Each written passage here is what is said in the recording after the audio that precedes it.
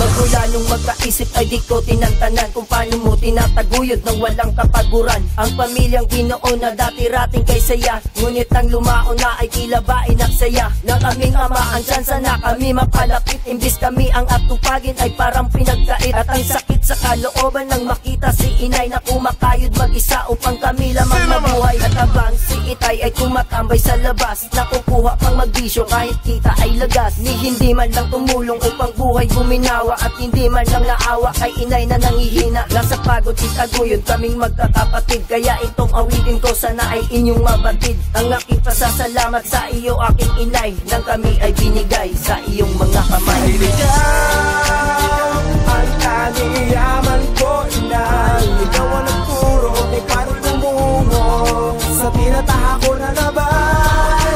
At makakaasa ka na kahit saan man ako magpunta.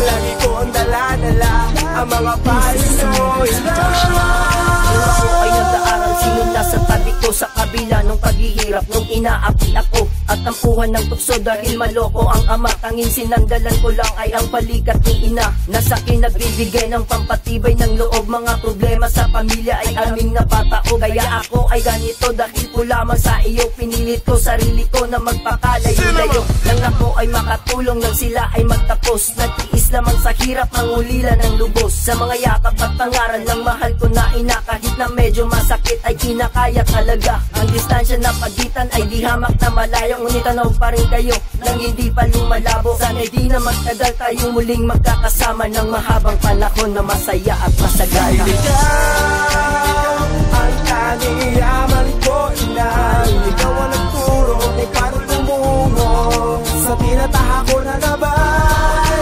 At makakaasa ka na kahit saan man ako magpunta. Lagi ko ang dala-dala ang mga payo mo, Kaya naman ako'y sumulak ng tula para sa'yo at bigyan kahulugan ng mga paghihirap mo. Magmula nung ako ay nasa inyong sinapupunan, dinala sa paglaki at magkaroon ng kalayaan na ako ay nag-iba. Lumaki ang aking ulo, magbuhat nung ako ay nagkaroon na ng trabaho. Natutong sumagot, sumaway sa gusto mo, naging pasaway at sakit ng ulo mo.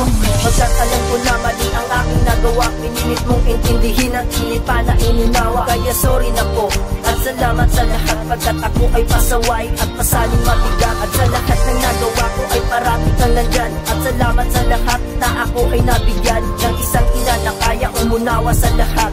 Mahal ko sa aking pinapatawad at salamat po.